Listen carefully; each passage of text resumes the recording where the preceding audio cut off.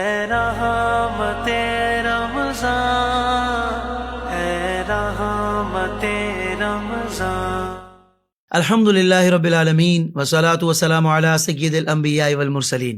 ناظرین کرام، السلام علیکم ورحمۃ اللہ وبرکاتہ۔ آپ دیکھ رہے ہیں IDS کے پلیٹ فارم سے ہماری بہت ہی پیاری نشریات رحمت رمضان، اور ہاں اب وقت ہوا ہے بہت ہی خوبصورت سیگمنٹ جس کا آپ کو مجھے انتظار رہتا ہے، اس کا نام ہے قرآن کی دنیا۔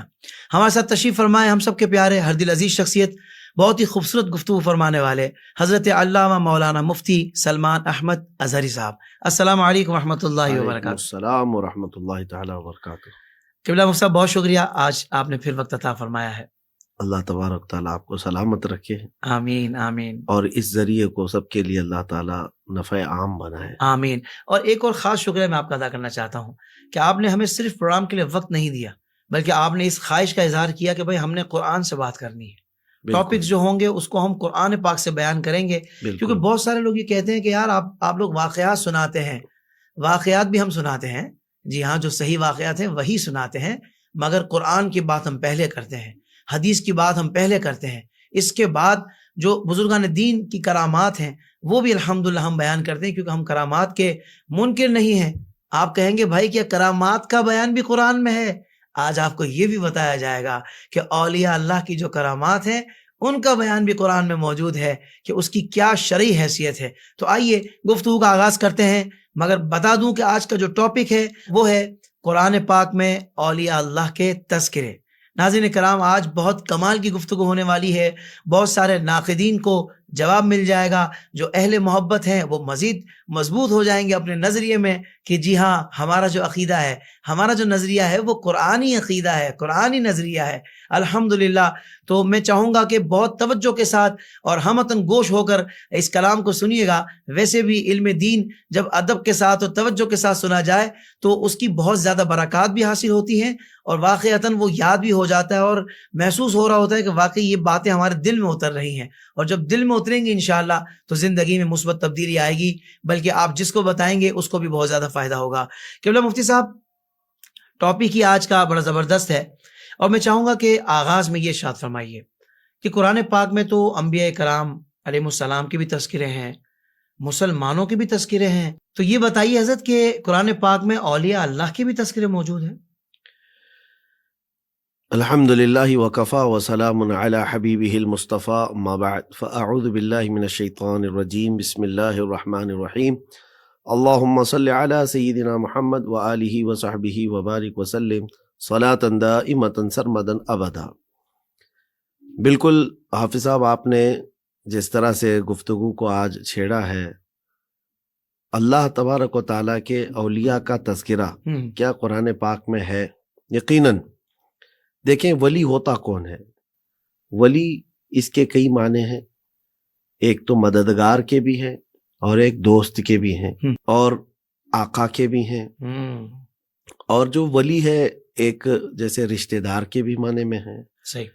لیکن آپ جو ولی کے بارے میں یہاں بات کر رہے ہیں یا ہم کرنے والے ہیں، یہ اللہ کے ان دوستوں کا ذکر ہے۔ واہ واہ واہ واہ۔ دیکھیں، ویسے تو اللہ تعالیٰ نے خود اپنے متعلق بھی فرمایا ہے، انما ولیکم اللہ ورسولہ والذین آمنوا۔ اللہ تعالیٰ فرماتا ہے کہ ایمان والوں کے متعلق کہ تمہارا ولی اللہ ہے، اور تمہارا ولی اس کا رسول ہے اور ایمان والے۔ سبحان اللہ سبحان اللہ۔ تو اب یہاں پر جو ہے مددگار اللہ تبارک، ان ولی اللہ الذی، یہاں پر ولی کا ذکر ہے کہ بے شک جو ولی ہے، مددگار ہے، وہ اللہ ہے۔ سبحان اللہ سبحان اللہ۔ اب جو آیت قرآن پاک میں اس طرح سے آئی ہے، الا ان اولیاء اللہ لا خوف علیہم ولا هم يحزنون، تو یہاں پر جو اولیاء کا ذکر ہے یہ دوستوں کے معنی میں ہے۔ واہ واہ۔ تو عربی کو سب سے پہلے قرآن پاک پڑھنے والے کو یہ بات سمجھ میں آنی چاہیے کہ ایک لفظ ہے لیکن معنی الگ الگ انداز میں، یعنی سیاق و سباق دیکھ کر کے لیے جاتے ہیں۔ سبحان اللہ۔ تو اب یہ ہم بات جو کر رہے ہیں اللہ کے ان اولیاء کی جو دوست ہیں، اس کے محبوب ہیں۔ سبحان اللہ۔ اب یہ ہوتے کون ہیں؟ جیسے کہ ہمارا ایک پروگرام یہاں آپ سے نشر ہوا ہے کہ اللہ کے نبیوں کے تذکرے، تو نبیوں کی بات میں ہم نے ایک بات یہ عرض کی تھی کہ نبی جو ہے وہ محنت سے اور کسب سے نہیں بنتا، جی، وہ عطا الہی ہے، رب تبارک و تعالیٰ کا سلیکشن ہے. ہم، لیکن ولی جو ہے، ولی کے لیے یہاں پر جو فرمایا گیا ہے اس کو عبادات پر بھی چھوڑا گیا ہے. صحیح، اور پھر تو اللہ تعالیٰ کی عطا تو ہے ہی، بہت خوبصورت بات. عطا تو ہے ہی، لیکن وہ اپنی عبادات سے اور اپنی محنت سے اللہ کا قرب حاصل کر سکتا ہے. واہ واہ واہ واہ. تو اب معیار کیا ہے؟ قرآن میں سب سے پہلے یہ سمجھ کے چلنا چاہیے کہ ہم ولیوں کی بات کر رہے ہیں تو ایرا غیرا نتھو خیرا کسی کو بھی آپ ولی سمجھ لیں، یہ بھی نہیں ہو سکتا. ہم، ہم پراپر قرآن کی زبان آج استعمال کر رہے ہیں. تو ولی کون ہے؟ تو قرآن ہی کہتا ہے ان اولیاءہ الا المتقون. واہ واہ واہ واہ. اس کے اولیاء جو ہیں، اللہ کے ولی، وہ صرف متقی ہی ہوتے ہیں، وہ پرہیزگار لوگ ہیں. اب متقی کون ہوتا ہے، پرہیزگار کون ہوتا ہے، یہ ایک لمبی بحث ہے. ہم، کم از کم اتنی بات سمجھ کر کے چلے. لوگ یہ سمجھتے ہیں آج کہ جیسے فلاں چیز حلال ہے اس کا استعمال کر رہا ہے اور فلاں چیز حرام ہے اس سے بچ رہا ہے. تو اب جیسے آپ جو ہے حرام چیزوں سے بچتے ہیں تو آپ کو یہ نہیں کہا جائے گا کہ متقی ہے. حرام چیز سے بچنے والا تو مومن ہے. ہم، واہ واہ واہ واہ. حرام اور حلال کے بیچ میں کچھ ایسی مشکوک چیزیں ہیں، ان سے بچنے والا متقی ہوتا ہے، اللہ اکبر. صحیح، پرہیزگار. واہ واہ واہ. تو اب آئی بات، پرہیزگار جو ہوتے ہیں، متقی جو ہوتے ہیں، وہ اللہ کے ولی ہیں. سبحان اللہ. یہ قرآن کی زبان میں اللہ کے اولیاء کا معیار ہو گیا. صحیح. یہ بتانا مجھے اس لیے بھی ضروری تھا کہ ہماری قوم کے درمیان ان کے ذہنوں میں کچھ لوگوں نے ایسی ایسی باتیں ڈال دی ہیں ہم، کہ چھلے والے، چوٹی والے، الگ الگ قسم کے، ان کو بھی پہنچا دیا کہ اللہ کے ولی ہیں. کچھ تو نمازیں چھوڑے ہوئے ہیں، ہم، واہیات میں مبتلا ہیں. سرکار سیدنا عبد القادر جیلانی رضی اللہ تعالیٰ عنہ غوث پاک فرماتے ہیں جو رسول پاک صلی اللہ علیہ وسلم کی سنت چھوڑتا ہو وہ اللہ کا ولی نہیں ہو سکتا. اللہ اکبر. اور حضرت جنید بغدادی رضی اللہ تعالیٰ عنہ کا معیار بھی یہی تھا کہ جو حضور کی شریعت پر پورا کامل عمل کرتا ہے وہ سب سے بڑی کرامت ہے اس کی، اور وہ اللہ کا ولی ہے. سبحان اللہ. اب ولایت کا جو ہے راستہ طے ہو گیا، یعنی ولایت میں بھی معیار قرآن کا ہی دیکھا جائے قرآن گا. کا ہی دیکھا جائے گا. ٹھیک ہے. ظاہر سی بات ہے، ویسے کوئی بھی اٹھے گا اور کہے گا اللہ کا ولی ہے. ہم، اور عوام کو بیوقوف بنانے کے لیے سائیکالوجیکل آج بہت ساری چیزیں استعمال کی جاتی ہیں. ہم، ان لوگوں کے ذہن و دماغ میں یہ باتیں ڈال دی جاتی ہیں کہ یہ اللہ کے ولی ہیں، ہم. تو اب ان کے بارے میں کچھ بھی بات مت کرو.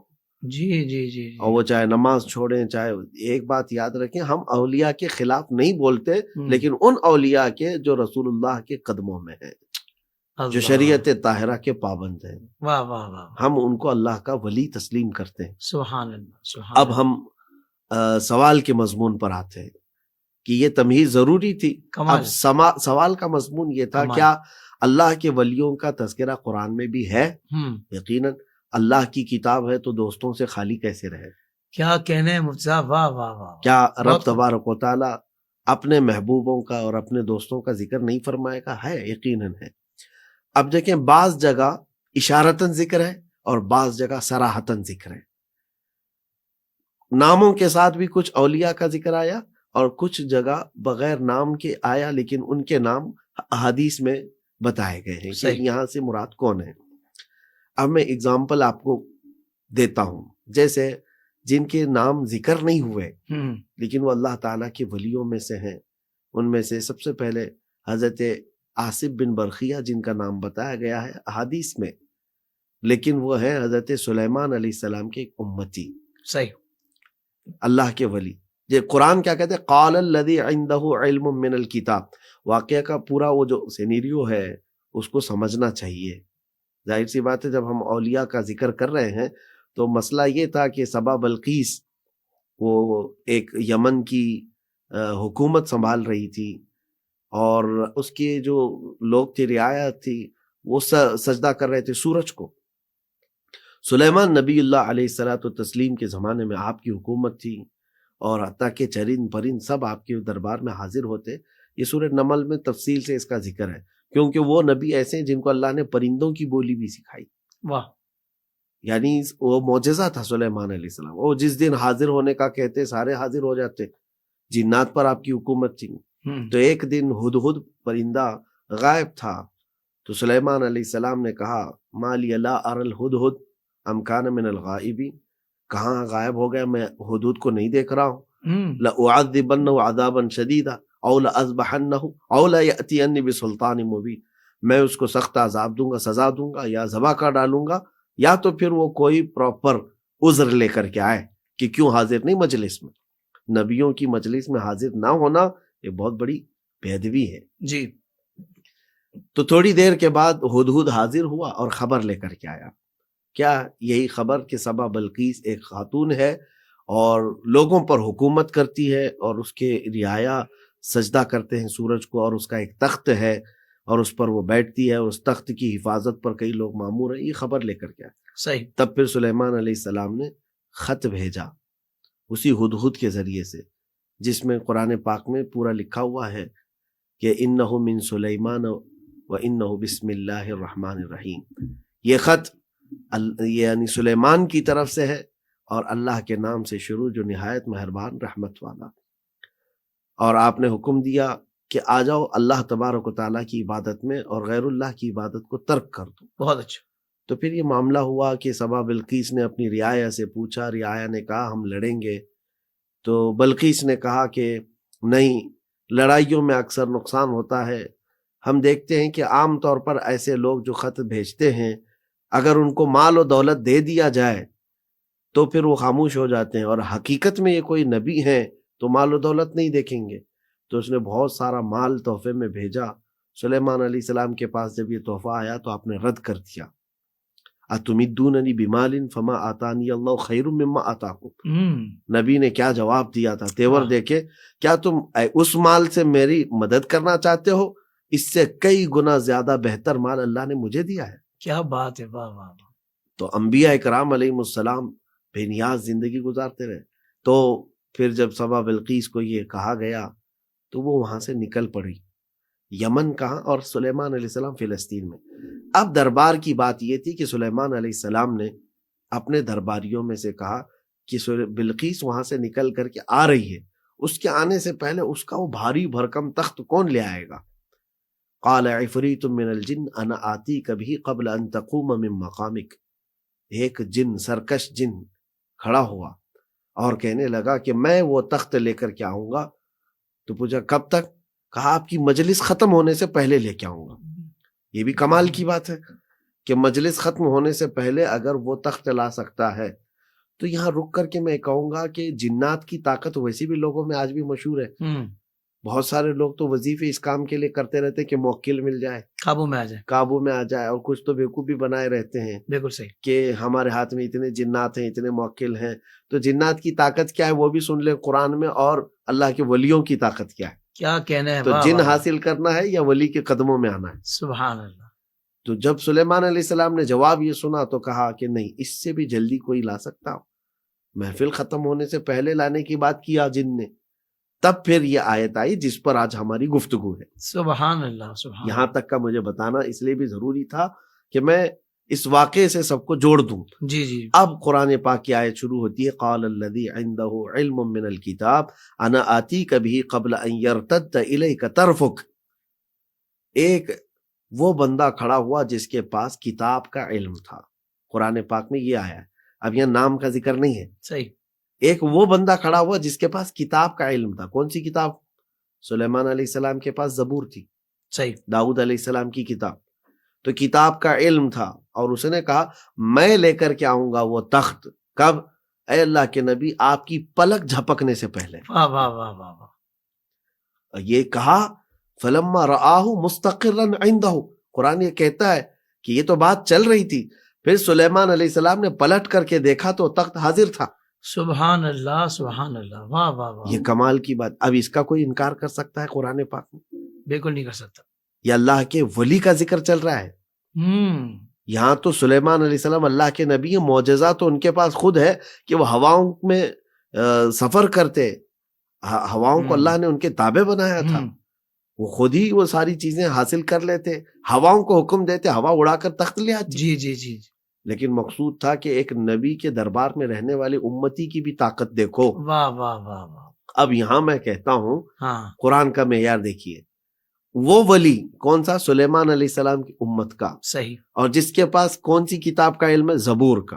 اب ہم آتے ہیں اس محمد عربی صلی اللہ علیہ صلی وسلم اللہ کی علیہ امت کا ولی ہم، جو سید الانبیاء ہیں، واہ واہ، سید الرسول ہیں، ہم، اور ان کی امت کا ولی، اور وہ بھی کتاب کون سی؟ قرآن کا علم رکھنے والا. واہ واہ تو واہ، پھر اس ولی کی طاقت کا اندازہ کیا کر سکتے ہیں؟ اللہ اکبر، واہ واہ واہ واہ، تو پھر سچ کہا ہے بغداد کے شہنشاہ نے کہ اگر میرا مرید مشرق میں ہو اور میں مغرب میں ہوں، اس کا سطر کھل جائے تو میں یہیں سے اس کی سطر پوشی کروں گا. واہ واہ واہ واہ، آپ نے سچ فرمایا، نظرت الی بلاد اللہ جمعا کخردلۃ علی حکم اتصالی. ہم، تو میرے سننے والوں کو خاص طور پر میں یہ بات کہنا چاہوں گا کہ لوگوں کی ان افواہوں کی طرف مت جاؤ کہ یہ سنی اولیاء کے قصیدے کہانیوں کی طرح بیان کرتے ہیں، کرامات انہوں نے گھڑے ہیں.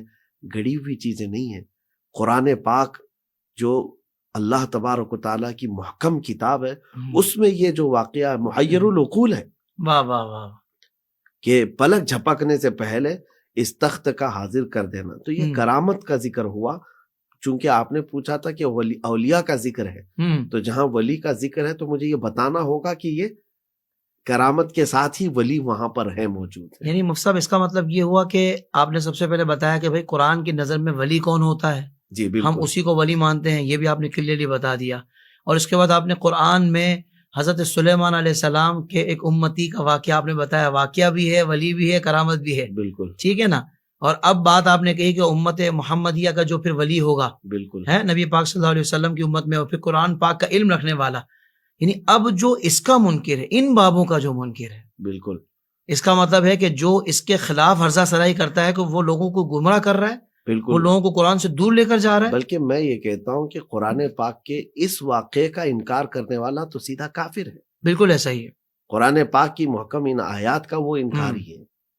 باقی رہی بات اولیاء اکرام کے جو واقعات ہیں، جو ضبط تحریر آئی ہوئی ہیں، ان کے انکار کرنے والے بہت سارے ایسے نہ ہنجار قسم کے لوگ آج بھی پائے جاتے ہیں. حضور واقعات کا انکار تو ایک دوسرے اسٹیپ ہے، تیسرا اسٹیپ ہے. پہلے تو اولیاء اللہ کا ہی جو انکار کر رہا ہو، جی. جو بابوں کا ہی مطلقاً انکار کر رہا ہو، تو ایسے بندے کو ہم کس قسم کا مسلمان سمجھیں؟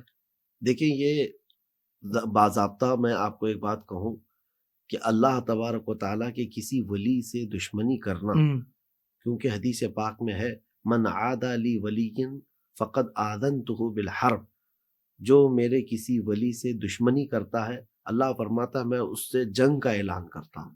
اللہ تو وہ اکبر. بندہ تو اللہ سے حالت جنگ میں ہے، تو رب تبارک و تعالیٰ کی پکڑ تو آئے گی. آپ دیکھیں. بہت اچھا، بہت اچھا. اچھا، اور اس کو ہم آگے کمپلیٹ کرتے ہیں. ہم نے تو ذکر یہ کیا، اور ایک ذکر ملتا ہے جو سورہ کہف کے آخر میں ہے. اختلافات ہیں اس کے روایات کے اندر کہ حضرت موسیٰ علیہ السلام اور حضرت خضر کے جو معاملات ہوئے، تو حضرت خضر نبی ہیں یا ولی ہیں، اس میں اختلافات ہیں. صحیح. علماء کی بہت ساری آراء الگ الگ آئی ہیں. بعض نے کہا ولی، اگر ولی ہیں تو ان کا بھی تذکرہ آیا ہے، اور نبی ہیں تو نام وہاں پر ذکر موجود نہیں ہے. تیسری چیز حضرت لقمان حکیم کا، ان کے متعلق بھی یہ ہے، کم از کم یہ تو ہے کہ حضرت لقمان حکیم کی نبوت پر کسی کا اس طرح اجماع یا اتفاق نہیں ہے، ورنہ وہ نبی ہوتے تو انبیاء اکرام علیہ السلام کی فہرست میں ان کا نام آیا ہوتا. تو لقمان حکیم صالح بندوں میں سے تھے، اللہ کے ولیوں میں سے تھے. اس سے بڑھ کر کے کیا ہے کہ اللہ نے ان کی نصیحتوں کو قرآن میں بیان فرمایا، واہ واہ، جو انہوں نے اپنے بیٹے کو کیا فرمائی. بات ہے. تو لقمان حکیم کا ذکر ہے. اور اس کے علاوہ اولیاء اکرام میں اگر آپ کو میں بتاؤں تو سب سے بہترین چیز حضرت بی بی مریم کا ذکر پوری سورہ موجود ہے. کیا بات ہے حضرت، واہ پورے واہ. سورہ موجود ہے. یہ ناموں کا ذکر ہے حضرت بی بی مریم کا. اچھا، ساتھ میں یہ بھی دیکھ لیں آپ کہ جب حضرت بی بی مریم کی ولادت ہوئی تو ان کی ماں نے منت کی تھی کہ ان کو بیت المقدس میں وقف کروں گی، تو انہوں نے تو لا کر کے وقف کر دیا. بیت المقدس کے متولی اس وقت جو ہے حضرت زکریا علیہ السلام تھے. ان کے خود بھی اولاد نہیں تھی. وہ حضرت بی بی مریم کو دیکھتے تھے، اور قرآن پاک کی سورہ آل عمران کی آیت ہے کلما دخل علیہا زکریا المحراب وجد عندہا رزقا. جب جب حضرت زکریا محراب مریم میں جاتے تو دیکھتے ان کے پاس رزق موجود ہے. اور وہ کون سا رزق؟ بے موسم کے پھل وہاں پر رکھے ہوئے ہیں. صحیح. اور وہ پوچھتے قال یا مریم انا لکی ھذا، مریم یہ تیرے پاس کہاں سے آتا ہے؟ قالت ہوا من عند اللہ، بچپنا ہے ان کا حضرت بی بی مریم کا، وہ کہتے ہیں کہ یہ اللہ کی طرف سے ہے۔ اللہ، ان اللہ یرزق من یشاء بغیر حساب، بے شک اللہ جس کو چاہتا ہے بے حساب عطا کرتا ہے۔ سبحان اللہ۔ تو اس بی بی مریم کی پرورش، ان کی کفالت، ان کی تربیت بیت المقدس کے اندر ہو رہی ہے، اور وہ نہایت پاکیزہ خاتون جن کا ذکر قرآن پاک میں، اور وہ حضرت عیسیٰ علیہ السلام کی ماں ہے۔ اب آپ اندازہ کریں کہ نبی تو نہیں ہو سکتی، نبی نہیں ہو سکتی، اب ہے تو پھر ولی ہے، ولیہ ہیں، عورتوں میں ولیہ ہو سکتی ہیں۔ اچھا ایک فرق مجھے بتانا تھا کہ نبوت میں عورت کو نہیں ہے، یعنی عورت نبی نہیں ہو سکتی، نہیں ہو سکتی، لیکن عورت ولی ہو سکتی، ولی ہو سکتی، اللہ کی ولیہ ہے۔ سبحان اللہ، تو یہ میں نے 4-5 ذکر جو قرآن پاک میں آئے ہیں سبحان اللہ، بتایا۔ اور اچھا سکندر ذوالقرنین کا بھی نام ہے، سکندر ذوالقرنین کا بھی، وہ بھی اللہ کے ولی ہیں۔ ہاں، کیونکہ ان کا بھی تذکرہ موجود ہے قرآن پاک میں، اور وہ تفصیل کے ساتھ موجود ہے۔ کسی اور وقت میں اس پر بھی انشاءاللہ سیر حاصل گفتگو کریں گے۔ سبحان اللہ، سبحان اللہ۔ تو مفتی صاحب ابھی آپ نے جو ذکر کیا کہ بھئی قرآن پاک میں اولیاء اللہ کا ذکر ہے، وجوہات کیا ہیں، حکمتیں کیا ہیں؟ ویسے تو اللہ ہی جانتا ہے کیا کیا حکمتیں ہیں، مگر جو ایک علماء کرام، علماء ہمارے جو اکابر علماء کرام نے بیان کی ہے، میں چاہوں گا اس میں سے کچھ بیان ہو جائے کہ وجوہات اور حکمتیں کیا ہیں اولیاء اللہ کے ذکر کی۔ دیکھیں قرآن پاک میں اللہ تبارک و تعالیٰ نے پچھلی قوموں کا بھی ذکر فرمایا، نبیوں کا بھی ذکر فرمایا، امتوں کا، یہ سب اذکار، عذابات کا بھی، انعامات کا بھی۔ صحیح۔ تو ان کے ذکر سے مقصود جو ہے خاص طور پر عبرت ہے، کہ کیونکہ قرآن اب امت محمدیہ کے لیے ہے، اور امت محمدیہ کو ہر طرح سے پچھلے واقعات اور پچھلے معاملات سے اس طرح سے ہدایت کا راستہ اس کو بتانا ہے، ہدایت کا راستہ بتانا۔ اب ہدایت کا راستہ کون سے لوگوں کو آئیڈیل بنا کر کے بتایا جائے گا؟ جن پر اللہ کا انعام اترا ہے۔ سبحان اللہ، سبحان اللہ۔ تو اللہ تبارک و تعالیٰ کا انعام جن پر اترا ہے وہ انبیاء ہیں، صدیقین ہیں، شہداء ہیں، صالحین ہیں۔ ان کا ذکر اسی لیے کرایا جاتا ہے یا کیا جاتا ہے تاکہ آنے والی قوموں کے لیے ہدایت کا راستہ متعین ہو جائے کہ میرا راستہ وہی ہے جو یہ چل کر کے گئے۔ سبحان اللہ، سبحان اللہ۔ مفتی صاحب میں سمجھتا ہوں کہ قرآن پاک میں اللہ کے پیاروں کی، اللہ کے ولیوں کی نشانیاں تو واضح طور پر بیان ہو گئی، کیونکہ ہم تو نماز میں دعا کرتے ہیں کہ اہدنا الصراط المستقیم فی صراط الذین انعمت علیہم، بالکل، جن پر انعام ہوا ہے ان کی نشانیاں بیان ہو گئیں، اور وہ قیامت تک آتے رہیں گے۔ بالکل، جب وہ قیامت تک آتے رہیں گے تو پھر تذکرے بھی ہوتے رہیں گے۔ بالکل، اللہ اکبر۔ تو یہ بات تو ہمیں سوچنی اور سمجھنی چاہیے کہ بھائی ظاہر بات ہے کہ یہ اللہ کے ولی ہیں، اور ہر دور میں معیارات دنیاوی اعتبار سے تبدیل ہوتے ہیں، پر قرآن و حدیث اپنی جگہ مسلم ہے، قرآن و حدیث کی تعلیمات اپنی جگہ ایک اتھینٹک ہیں الحمدللہ، اور ان پر عمل کرنے والے ہر دور میں آتے ہیں اور عمل کر کے اپنے عمل سے بتاتے ہیں کہ بھائی اس دور میں بھی قرآن و حدیث پر اس انداز سے عمل کیا جا سکتا ہے، اور یہی اللہ والے لوگ ہیں، اور یہی ہمارے لیے رول ماڈل ہر دور میں رہتے ہیں، اور ہم ان کا تذکرہ کرتے رہیں گے، اور ان کے ذکر سے ہمیں کوئی نہیں روک سکتا، نہ ہم رکنے والے انشاءاللہ۔ مفتی صاحب مزید آگے بڑھتے ہیں، یہ بڑا اہم سوال ہے جو میں آپ سے کرنے لگا ہوں کہ اللہ کے ولیوں کو ماننا، ان کے تصرفات، ان کے اختیارات کو شرک کا نام دے دینا، مطلب یہ کیا ہے؟ یعنی کہ شرک میں اللہ کی ذات میں کسی کو، کرامات کا ذکر کر رہے ہیں جی، اللہ کی ذات میں کسی کو شریک کرنا، یہ اور اللہ کے ولیوں کو جو اللہ نے کرامات دی ہیں ان کا ظہور ہونا، یہ دونوں کو ایک ہی لوگ ملا کر بات کرتے ہیں، یہ کس قسم کا جہل ہے؟ یہ نہایت ہی جاہلانہ طریقہ کار ہے، اور سمجھتے ہیں، میں تو جہاں تک سمجھتا ہوں یہ اناد ہے، حسد ہے، اور کیونکہ سمجھ بوجھ ہوتی تو اولیاء کے کرامات کو شرک کے درجے تک لے جاتے ہو، کہ یہ سنی اس طرح سے مانتے ہیں کہ اللہ کے اولیاء ایسا تصرف کرتے ہیں، ویسا تصرف کرتے ہیں۔ ارے میاں یہ تو چھوٹی چیزیں ہیں جن کو آج سنی مان رہے ہیں، کہ اللہ کے اولیاء اکرام کی بارگاہ میں جائیں تو وہ سفارش کر دیں، اللہ کی بارگاہ میں ہماری دعائیں قبول ہوں۔ یہ ساری قرآن میں اللہ کے علاوہ جن کے تصرفات بیان کیے گئے نا، خاص طور پر اگر میں ایک ہی ذکر کروں بہت بھاری ہو جائے گا، حضرت عیسیٰ علیہ السلام کا۔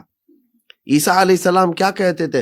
ابری الاکمہ والابرص واحیی الموتى، میں کوڑیوں کو صحیح کرتا ہوں، خود عیسیٰ علیہ السلام کا فرمان ہے. اللہ اکبر. اور برس کی بیماری والوں کو میں صحیح کرتا ہوں. وَأُحْيِي الْمَوْتَى، اور میں مردوں کو زندہ کرتا ہوں. تو یہ تو اللہ. شان الہی ہے نا، اللہ اکبر. بیماروں کو شفا دینا شان الہی ہے. شان الہی بیان ہے. بھی رب کر رہا ہے. تو رب تبارک و تعالیٰ کی صفات ہے. اور رب تبارک و تعالیٰ خود فرما رہا ہے کہ یہ کون کہتے تھے؟ عیسیٰ علیہ السلام. اور بلکہ یہاں تک بھی ہے اخلق لکم من الطین، میں مٹی سے تمہارے لیے پرندے بناؤں گا، پھونک ماروں گا، اڑ جائیں گے. کہیئۃ الطیر فانفخ فیہ فیکون طیرا باذن اللہ، میں ان کو اڑتا ہوا پرندہ بناؤں گا اور اس میں پھونک ماروں گا، وہ اڑنے لگ جائیں گے. لیکن قرآن پاک میں ایک ذکر بار بار آیا ہے. عیسیٰ علیہ السلام کی یہ تصرفات جہاں ذکر کیے گئے نا، بِإِذْنِ اللہ، بِإِذْنِ اللہ. سبحان اللہ. عیسیٰ علیہ السلام یہ کہتے تھے اللہ کے حکم سے بہت اچھی. میں مردے کو زندہ کر دوں گا، اللہ کے حکم سے میں کوڑیوں کو صحیح کر دوں. حالانکہ یہ سارے کام شان الہی سے تعلق رکھتے ہیں، صفات الہیہ میں، لیکن اللہ کے حکم سے جب یہ چیزیں ہو سکتی ہیں تو اللہ اپنے محبوبوں کو یہ تصرف عطا کرے تو کسی کے پیٹ میں درد کیوں ہے؟ کسی کو تکلیف کیوں ہے اس بات کی؟ قادر مطلق ہے. قادر مطلق ہے، وہ جسے چاہے تصرف عطا کرے. ہاں بس بات اتنی ہے کہ ماننے والے کے بارے میں یہ دور بیٹھے ہوئے یہ الزام تھوپ دیتے ہیں کہ یہ اللہ کے ساتھ اس کو شریک ٹھہرا رہا ہے. کیا تم نے اس کے دل کو چیر کر کے دیکھا کہ یہ جس ولی کے تصرف کو مان رہا ہے اس کو خدا سمجھ کے مان رہا ہے؟ اللہ. کیا اس کو بھی وہ خدا کا درجہ دیتا ہے کہ ایک خدا وہ ہے جو میرا رب العالمین ہے اور ایک خدا یہ ہے؟ اس طرح کسی کا عقیدہ نعوذ باللہ نہیں، بالکل العیاذ باللہ.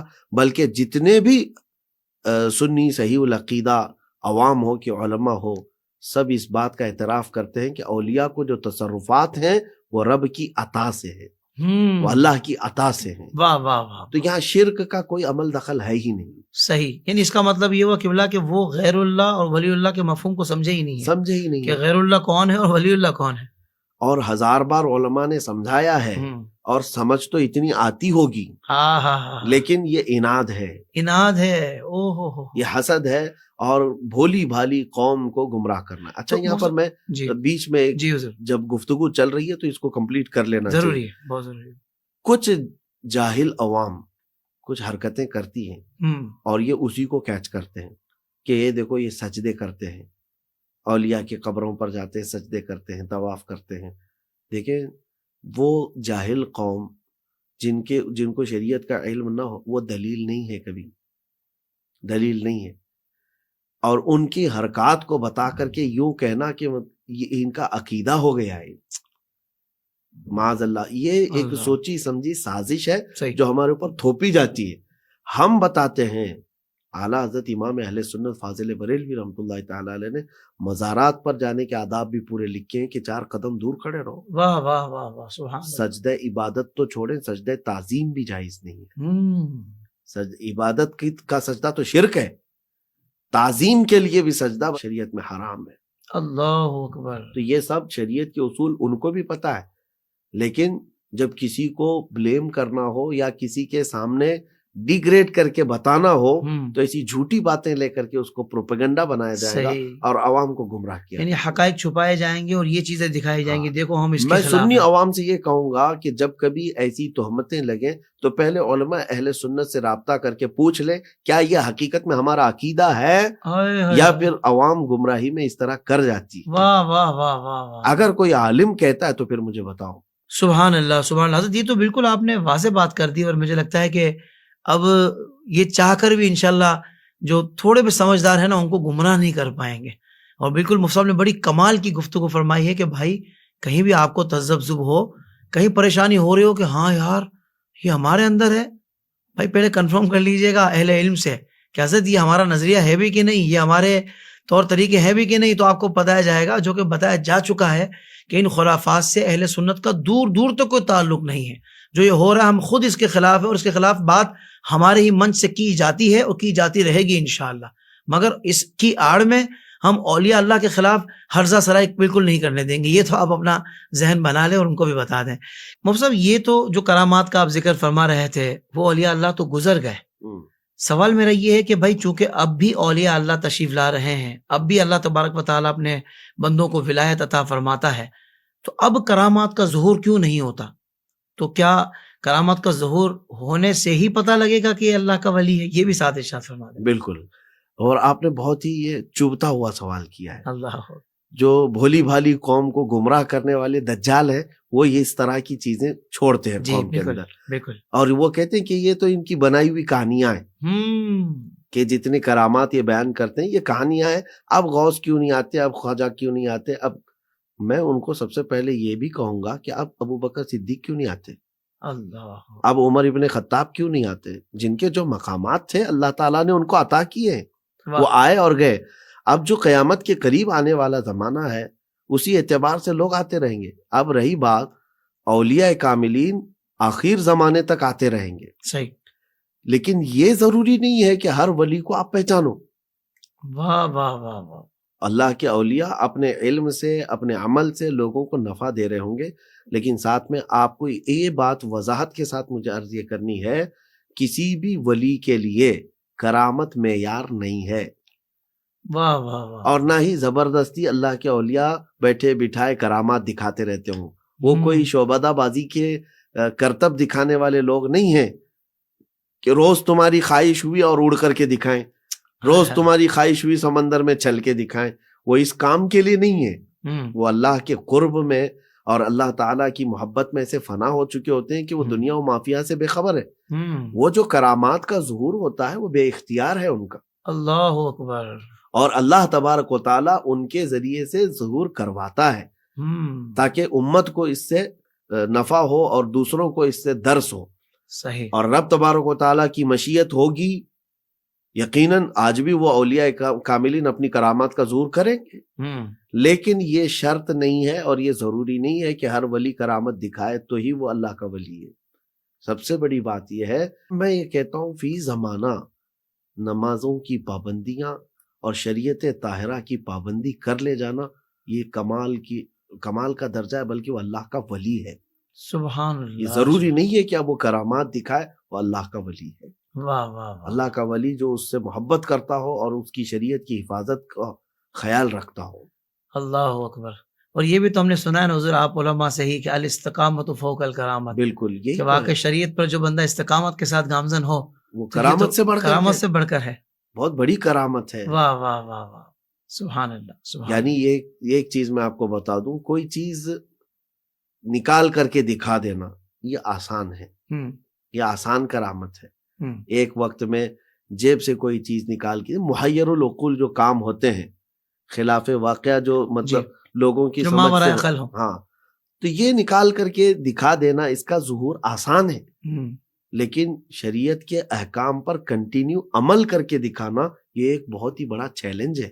بہت اچھے مفتی صاحب، واہ، جس میں مسلسل شیطان پیچھے لگا ہوا ہو اور طبیعت الگ ہے، نفس امارہ الگ ہے، ان سب سے جہاد کرتے ہوئے وہ بندہ شریعت پر استقامت کے ساتھ قائم ہے، تب یہ کرامت نہیں ہے تو اور کیا ہے؟ سبحان اللہ۔ ویسے کرامات کا اظہار اگر رب تبارک و تعالیٰ چاہے تو قیامت تک بھی ہوتا رہے گا۔ واہ واہ واہ واہ، سبحان اللہ سبحان اللہ۔ مفتی صاحب یقین مانے موضوع ایسا ہے کہ بندہ بس باتیں اس پہ کرتا رہے، پھر اولیاء اللہ کی باتیں، اللہ کے دوستوں کی باتیں ہیں تو اس کی الگ ہی لذت ہے۔ بہرحال آپ نے بہت سارے کانسیپٹس کلیئر کیے، بہت ساری باتیں جس سے الحمدللہ ہمارے ناظرین کو اندازہ ہوا ہوگا کہ واقعی بھائی اللہ کے ولیوں کا معاملہ بھی بڑا حساس ہے، اللہ کے دوست ہیں، اللہ کو راضی کرنا ہے تو اللہ کے ولیوں سے محبت کی جائے۔ الحمدللہ جو محبت کرنے والے ہیں ان کو بہت مبارک ہو، اللہ تعالی ہمیشہ ہمیں اپنے پیاروں کی محبت میں زندہ رکھے اور اسی پر عافیت والی موت عطا فرمائے۔ مفتی صاحب آپ کا دل سے شکریہ، آپ نے ہمیں اس پیارے ٹاپک پر اتنی پیاری گفتگو سکھائی، بتائی، اللہ تعالیٰ آپ کو اس کا بہترین صلہ عطا فرمائے۔ اے رحمت رمضان، اے رحمت رمضان، رمضان کے مہینے میں سارے روزے رکھیں گے اور نمازیں پڑھ کے ہم رب کو راضی کر لیں گے۔ آ گیا ماہ رمضان